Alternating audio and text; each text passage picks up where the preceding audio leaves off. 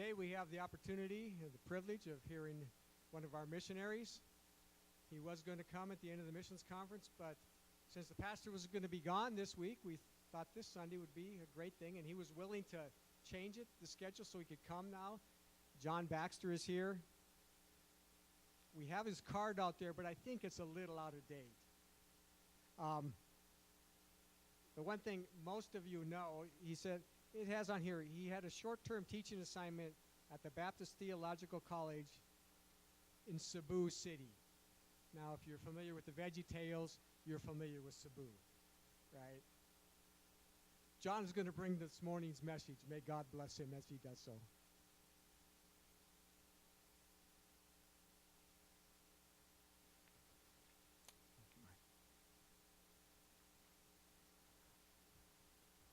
Well, good morning. Does that get me? There we are. Thank you. I am John Baxter. My wife, Jan, couldn't be with me this week. But we have served for many years. You helped send us to the Philippines a while back, where I was the missions professor at the Cebu Graduate School of Theology. Now, in 2011, I still am on the faculty there, but in 2011, our duties were changed somewhat, and we began to direct the work for our Converge Conference of Churches, our 1,300 churches, and our missions force around the world. We directed our work with migrating people. People are on the move. And there are quite a lot of them on the move these days. And so in 2011, Jan and I were brought back to work out of our headquarters in Orlando, Florida. And I spend most of the year traveling, working with our Converge missionaries, connecting them with opportunities for missions to and from people on the move.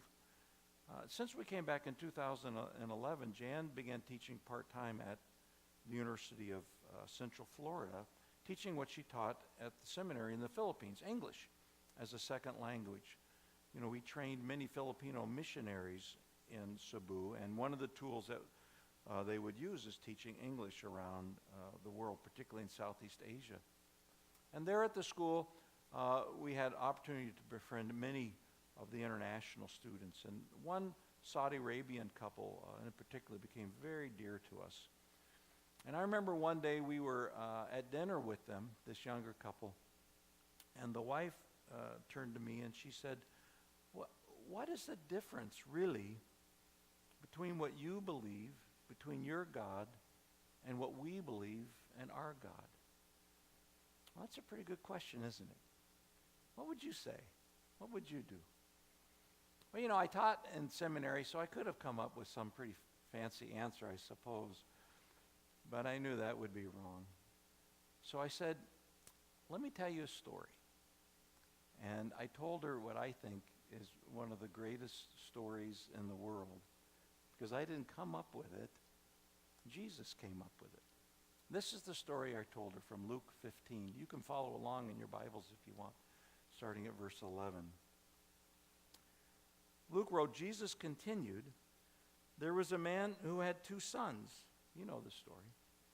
Actually, once you hear the story, you can never, ever forget it. The younger one said to his father, Father, give me my share of the estate. So he divided his property between them. Not long after that, the younger son got together all he had, and he set off for a distant country. And there, you know what he did? He squandered his wealth in wild living. And after he had spent everything, there was a severe famine in the whole country, and it began to be a need. He went out and he hired himself to a citizen of that country who sent him to his fields to feed the pigs. He longed to fill his stomach with the pods that the pigs were eating, but no one gave him anything. When he came to his senses, he said, how many of my father's hired servants have food to spare, and here I am starving to death? I will set out, go back to my father, and say to him, Father, I've sinned against heaven and against you. I'm not worthy to be called your son. Make me like one of your hired servants. So he got up, and he went to his father. But while he was still a long way off, his father saw him and was filled with compassion for him. And he ran to his son. He threw his arms around him and he kissed him. The son said to his father, he had this speech already, Father, I've sinned against heaven and against you, and I'm no longer worthy to be called your son. But the father said to his servants, quick, bring the best robe and put it on, and put a ring on his finger and sandals on his feet. Bring the fatted calf and kill it. Let's have a feast. Celebrate. For this son of mine was dead and is alive again. He was lost and is found. And they began to celebrate. They had a party. I like that. We have a God who parties. And meanwhile, the older son was in the field. And when he came near the house, he heard music and dancing. So he called one of the servants and he asked him, he said, what's going on? And the servant said, your brother has come and your father has killed the fatted calf because he has him back safe and sound. The older brother became angry and refused to go in. So his father went out and pleaded with him. But he answered his father, look, all these years I've been slaving for you and never disobeyed your orders. Yet you never gave me even a young goat so I could celebrate with my friends. And when this son of yours who has squandered your property with prostitutes comes home, you kill the fatted calf for him. And his father says, my son, you are always with me, and everything I have is yours. But we had to celebrate. I think in the text it's actually stronger that it's almost like we were compelled. I was forced to celebrate. I couldn't help but celebrate because this brother of yours was dead and is alive again, and he was lost and is found. And I told her that story. I didn't have the Bible with me, so I just told her, I know that story. You know it too. You could tell it to anybody. And she just looked at me, and I said to her, I said, you know, everyone I know in life is looking for a father and is looking for their home and is looking for forgiveness. And I said, in Jesus, I'm promised not just a God, but a father. And I'm promised a home with him forever. And I'm promised the way to get home, forgiveness through a loving and gracious Father. I said, but in your faith, God is not a father and never will be a father. And you're never guaranteed a home. Maybe you hope, perhaps, you'll be brought into heaven. And there certainly is no forgiveness secured and guaranteed through the grace of God. And I said, in the end, that's the real difference. I know I have a father. I know I'm going home. And I know I'm going to be welcomed with forgiveness and grace. You know, they have not at this point yet responded to faith in Jesus. But at least I know this. We love them very much. But they really understand the difference. And they understand the great treasure that we have. This morning, I really want to think about one of those aspects about father, home, and forgiveness, and it's that of home. Because we want to be homeward bound. You think of all the great movies and books that are about the journey home, the desire, the longing to go home. You read The Lost Son.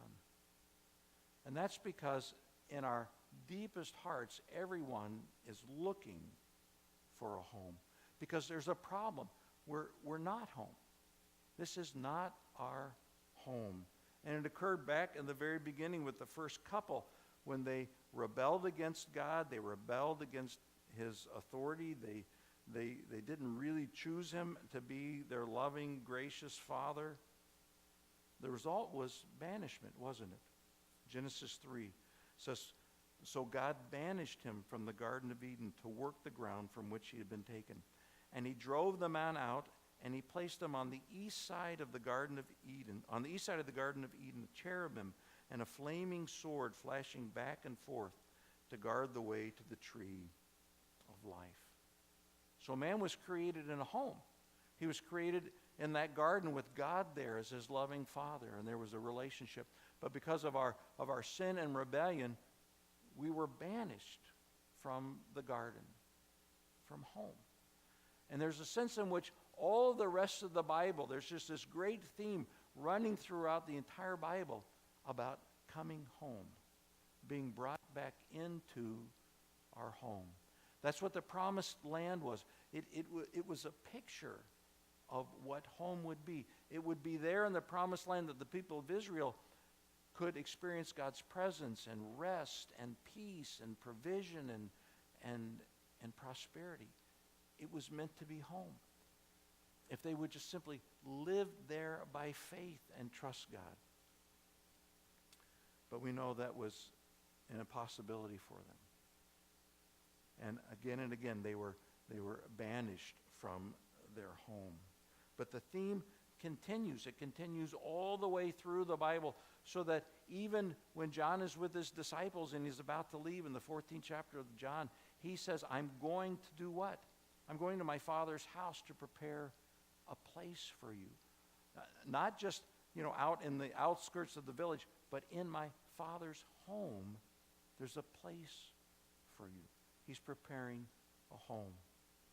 And so all of the biblical characters who have lived in a sense by faith have done what Abraham did.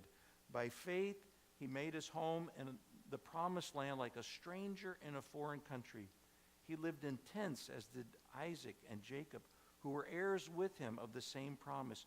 For he was looking forward to the city with foundations, whose architect and builder is God. He was looking for his real home. There's no person you meet in life, anyone you meet tomorrow on the street or at work or in the store, every single one of us is longing for home. God's gracious to us. He gives us fathers, mothers. He gives us homes. He gives us a sense of place. I've been a missionary for many years, but I know exactly where my home is. It's a small bayou on the west coast of Florida that flows into Tampa Bay and out to the Gulf. I grew up on that bayou. Probably spent more time in the bayou than around the bayou when I was a boy. And if you ask me, where's my home, where's my heart attached to? It's that pretty little body of water on the west coast of Florida. And God is gracious in giving us that sense of home and how meaningful it is to us. It's sort of a picture of what our desire is. It's also to sort of stimulate this greater longing, this deeper longing for our real and lasting home. Because we know that this home won't last. It never was meant to. This home is finite and temporal. It could never fill up that eternal longing for our real home, to be with our real Father, our real family. But God graciously gives us this sort of picture, this taste, so that we will long for and desire the full meal. We'll long for and desire our home. Everyone you meet has an eternal-sized longing for home. And that longing is heightened. It's increased. It comes right out to the forefront of consciousness when people are on the move, when people are migrating. And we've come to realize that in the world of missions. We call this diaspora missions. Diaspora is the Greek word that means to scatter. So in the parable of the soils, it says the farmer went out and he scattered his seed. So when people are scattered, we call that a diaspora. And when people are on the move and they're taken away from their home, there's an increased sense of longing for home. There's sort of a sense of dislocation. I'm not in the familiar patterns. I'm not with the people I'm used to being with. And there's an openness then to new friendships and to new ideas. So we are, in the world of missions, we're very, very interested in people on the move. Because often there's a point when they're in their journeys that they're meeting new friends, they're meeting new people, they're interested in new ideas. They're not constrained by all the patterns in their homeland or restrictions in their homeland. And the gospel has an opening in their lives. And if they move from restricted access countries, such as many of the countries in the Middle East, where it's very difficult to place foreign missionaries, we have the opportunity to tell them about Christ we might never have had in other places. And so since 2011, Jan and I have been given the opportunity by Converge to oversee all of our Converge work with people who are on the move. Now you're familiar with missions to people, particularly refugees like the Syrian refugees who have been fleeing that war-torn country, or the millions of Iranians who have fled the authoritarian regime in Iran. We're familiar with them coming into the West, coming into Europe or the United States, and coming into contact with Christians and the gospel and the church. We call that missions to the diaspora. But another part of that whole phenomena that the world of missions has become just as interested in is what we call missions from the diaspora. There are millions and millions of Christians from what we call the global south, from Africa and Asia and South America, who are seeking employment opportunities around the world. Millions of them have gone into these restricted access countries in the Middle East and North Africa. Literally millions of believers live in these countries. And they've also gone into the West, moving alongside of the unreached peoples, living often in the same neighborhoods, having the same experiences of migration. But very few of these economic laborers see themselves as missionaries. They're there earning a living for their family, caring for their family.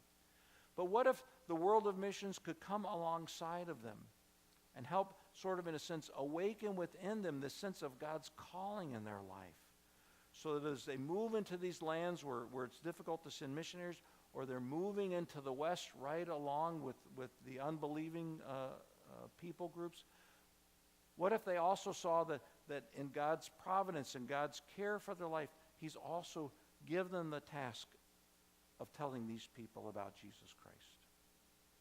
You know what that would do in the world of missions? It would release hundreds and hundreds of thousands of believers into this global harvest force of the gospel in places that you and I could never go. I've had the opportunity to help train Filipino house church leaders in the different cities of the Middle East, like Kuwait City. And when you go into Kuwait City, there are these tall apartment buildings. They're not very glamorous apartment buildings. But in those apartment buildings live the workers who are doing most of the work throughout the country of Kuwait. There are really not that many Kuwaitis themselves, but because of the oil monies, they can hire all of these workers to come and live and work. And there, if you could get an apartment building, which probably as an American you would not be allowed to do, you might be living next to a worker from Iraq, or a family from Indonesia, or maybe one from Bangladesh or China. All of the countries of the world, all of the unreached peoples of the world are living in these apartment buildings. Missionaries can't get in there.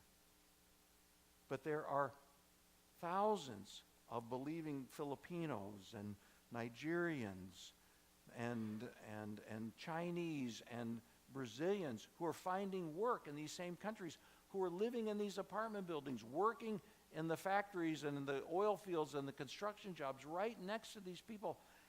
And they have an opportunity to demonstrate the love and the life of Christ to these people, and to tell them the words of the gospel and the good news of Jesus Christ. If they become aware, if they have some training and ability to do that. And so many of the different groups in the missions world are beginning to see this as not something we created. Nobody thought, hey, let's send millions of Christians as economic laborers into these unreached lands. God did that completely on his own.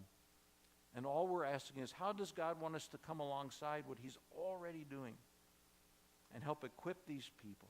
We are seeing many, many thousands of Muslims, Hindus, Buddhists coming to Christ because of this movement of global South Christians into the homelands of these people. Something we never even dreamed about 20 years ago, and yet God is doing it. And I have the opportunity, Jan and I have the opportunity in Converge to help our missions force and our churches even begin to see these opportunities and to respond to them. And it's been a very, very exciting journey over the last few years. But it's something new. And it's something new based on something that God has placed in every single one of us, a longing for a home. And the good news for us, of course, Paul writes in Philippians 3, is that our citizenship is in heaven, and we eagerly await a Savior from there, the Lord Jesus Christ. We know where our country is. We know where our city is, the New Jerusalem. We know where our home is. It's in our Father's house. And that's the good news we can tell to everyone. But what I want us to see today is that we're not really very different from the immigrant populations that are coming into our country and that are moving around the world. In God's eyes, we're all wanderers. We are all looking for a home. Deep down, we are very, very much the same. We have a great solidarity with anyone who is moving. And because of that, the Scripture tells us that God has a deep compassion for the wanderer. He has a compassion for us. And truly, we are wanderers looking for our home. It's clearly stated, God's compassion, even in the Old Testament, at the very heart of the Old Testament law, in the Ten Commandments. The commandment on the Sabbath, which of course was a commandment, not only an opportunity to worship God, but it was a commandment of rest and of care for the worker in Israel. Not just simply for the Israelite, we find out, but for all. It says in verse 12 of Deuteronomy 5, observe the Sabbath day by keeping it holy. On it you shall not do any work, neither you, nor your son or daughter, nor your male or female servant, nor your ox, your donkey, or any of your animals. Now listen to this. Nor any foreigner residing in your towns, so that your male and female servants may rest as you do. Remember that you were slaves in Egypt. In other words, you were far away from your home. You were held captive in another country, in another land. And the Lord your God brought you out of there with a mighty hand and an outstretched arm. Therefore, the Lord your God has commanded you to observe the Sabbath day. Every Sabbath, the Jew would remember, I was a foreigner in a strange land, and I was abused there, and no one showed me compassion. And God showed compassion on me as a foreigner and brought me from this foreign land into my home, into this land.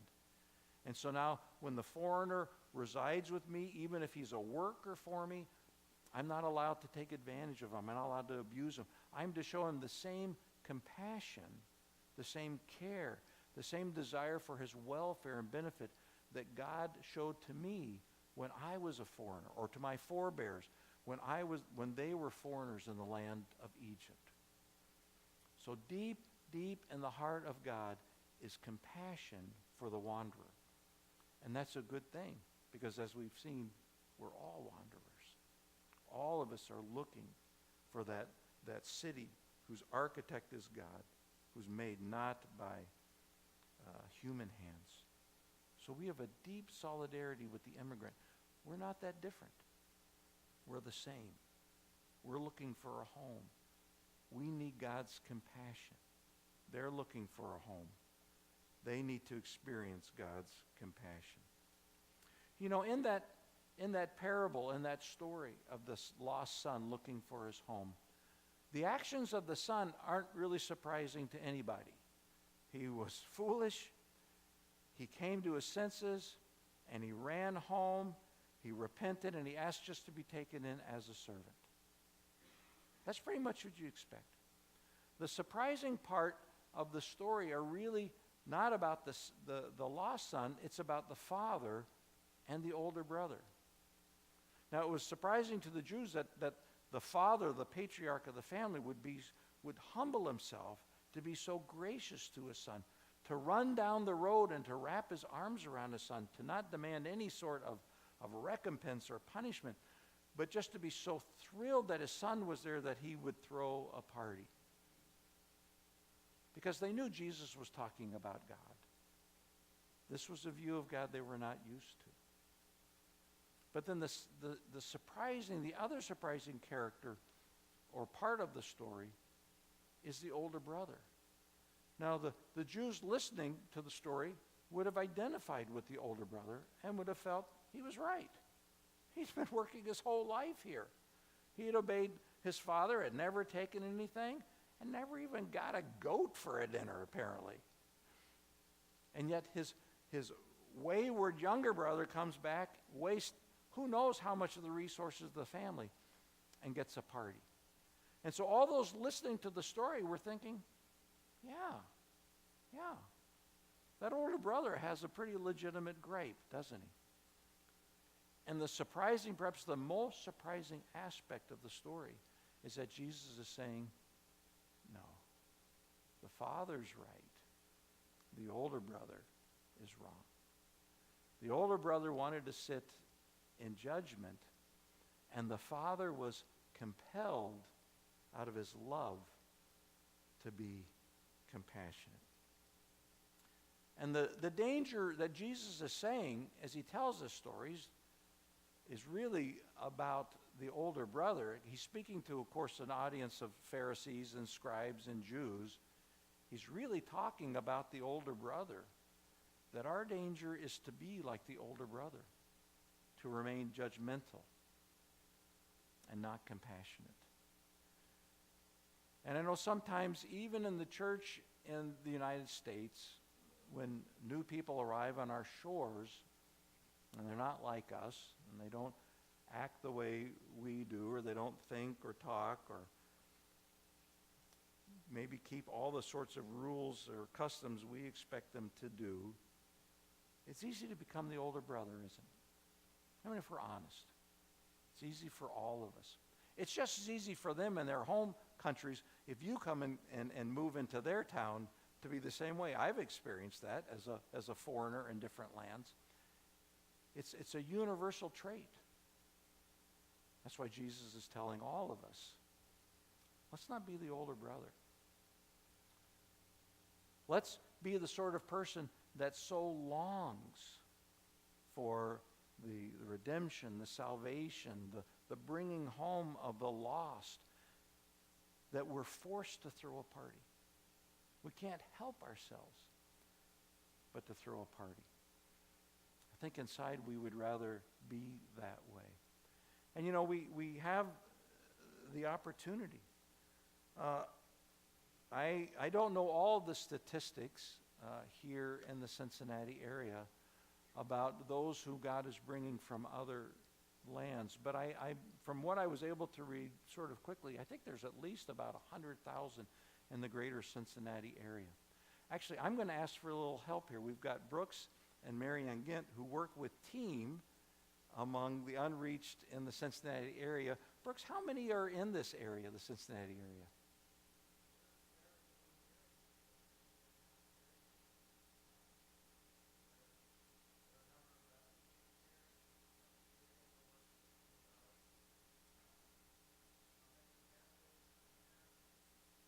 The census is saying about 100,000. Yeah.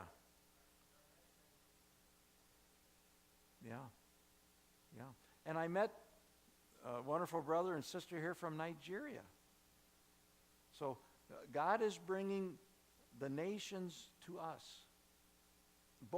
in both kinds, those who need to hear about the love and compassion of Jesus Christ, and those who are part of our extended family, churches from Nigeria or the Philippines or China. But the world is moving, of course, into the United States. We're the number one receiving country of immigrants in the world. There are probably at least 100,000 in this metro area of about 2 million people. So that's at least 5%. I read one statistic that thought there might be as many as 25,000 refugees in this area. Most of those, of course, would now be from Muslim lands, fleeing the warfare and oppression. And so the question for us, I think that parable raises, if the danger, if Jesus is telling this parable to the Jewish people around them, and the real warning is, let's not be the older brother. Let's be like the Father. When these people come who perhaps don't even deserve, in a sense, like the younger son, he deserved nothing from the Father. Whether they deserve our help or our compassion or not, Jesus is saying the younger son experienced God's overwhelming love and compassion. And he's asking us, let's choose to be the Father and not the older brother. And so the difficulty is, how do we move? Because often we can be a little hesitant, a little fearful of what we're not sure about. And the news, of course, only wants to tell you the very worst things that they can find, right? Because it's, I guess, sort of entertaining for them. But how do we move from being the older brother, some fear, some reticence to embrace, to being like the Father? Well, I know many of us have concerns about migration, and we have a president who's very concerned about the laws of migration, and those are legitimate. The few places I know that have allowed open borders, it's been disastrous. I was recently working with a group of Chinese churches on the island of Borneo in the province of Malaysia called Sabah. Sabah was for centuries, last couple of centuries,